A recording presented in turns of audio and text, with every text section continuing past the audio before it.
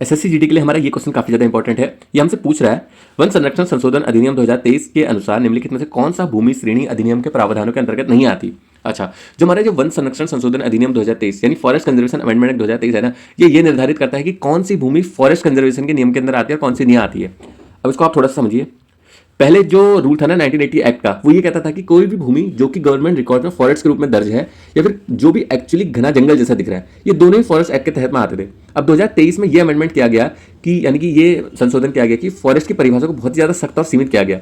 अब केवल दो प्रकार की भूमि है जो फॉरेस्ट एक्ट के दायरे में आती है। सबसे पहली तो वो है जो इंडियन फॉरेस्ट एक्ट 1927 के तहत नोटिफाइड फॉरेस्ट है, यानी कि जो ऑफिशियली रिजर्व या प्रोटेक्टेड फॉरेस्ट घोषित कर दिए गए। दूसरा है जो गवर्नमेंट रिकॉर्ड में 25 अक्टूबर 1980 तक फॉरेस्ट के रूप में दर्ज लैंड है, यानी कि जिनके पुराने रिकॉर्ड अवेलेबल है कि वो जंगल है। अब कौन कौन से लैंड इस एक्ट से बाहर कर दिए, यानी कि एग्जम्प्ट, जिन्हें हटा दिया 2023 ने अमेंडमेंट ने कई सारे लैंड्स को ना इस एक्ट से बाहर कर दिया था। सबसे पहले तो हम देखें तो जो डिफेंस या फिर सिक्योरिटी प्रोजेक्ट्स के लिए बॉर्डर के करीब की जो फॉरेस्ट लैंड होती है, विशेषकर जो LWE वाली है, लेफ्ट विंग एक्सट्रीमिज्म एरिया में 5 हेक्टेयर तक की जो लैंड है उसे, अब इन पर जो एक्ट है, ये अधिनियम है, ये लागू नहीं होता, ये एग्जाम की कैटेगरी में है। दूसरा अगर हम देखें सिल्वीकल्चरल लैंड, यानी कि वनस्पति वाले, ये क्या होते हैं जहाँ पे साइंटिफिक ट्री मैनेजमेंट किया जा रहा होता है, जैसे कि नए नए पौधे लगाना, पेड़ों की कटाई छटाई करना। इन जैसे कार्यों के लिए ना फॉरेस्ट डिपार्टमेंट की अप्रूवल की जरूरत नहीं होती है एक्चुअली। अब चलिए हम अपने एक बार क्वेश्चन पे आते हैं।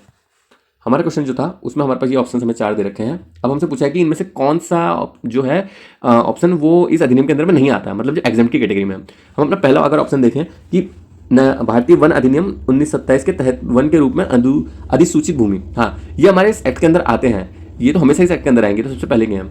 दूसरा ऑप्शन हमारा है LWE क्षेत्रों में रक्षा परियोजना के लिए अंतर्राष्ट्रीय सीमाओं के निकट के 5 हेक्टेयर तक का वन भूमि, हाँ, ये इसके अंदर नहीं आएंगे, 2023 के अमेंडमेंट से इसे तो बाहर कर दिया है।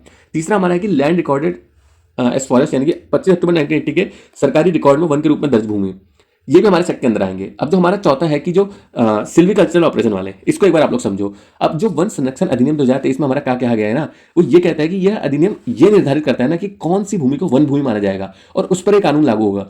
इसके अतिरिक्त संशोधन में कुछ कार्यों को ऐसा भी बताया गया है जिन्हें पूर्व अनुमति यानी कि पहले से क्लियरेंस की आवश्यकता नहीं होती, भले ही वो वन भूमि पर हो। अब यहाँ पे सबसे इंपॉर्टेंट बात ये ना, किसी कार्य को अनुमति देना उसका मतलब ये नहीं है कि उस भूमि को कानून से ही बाहर कर देंगे।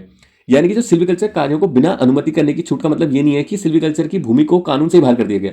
सिल्वीकल्चर की भूमि को फिर भी वन भूमि माना जाता है, सिर्फ ये सुविधा दी गई है कि इन कार्यों के लिए अलग से अनुमति लेने की जरूरत नहीं है।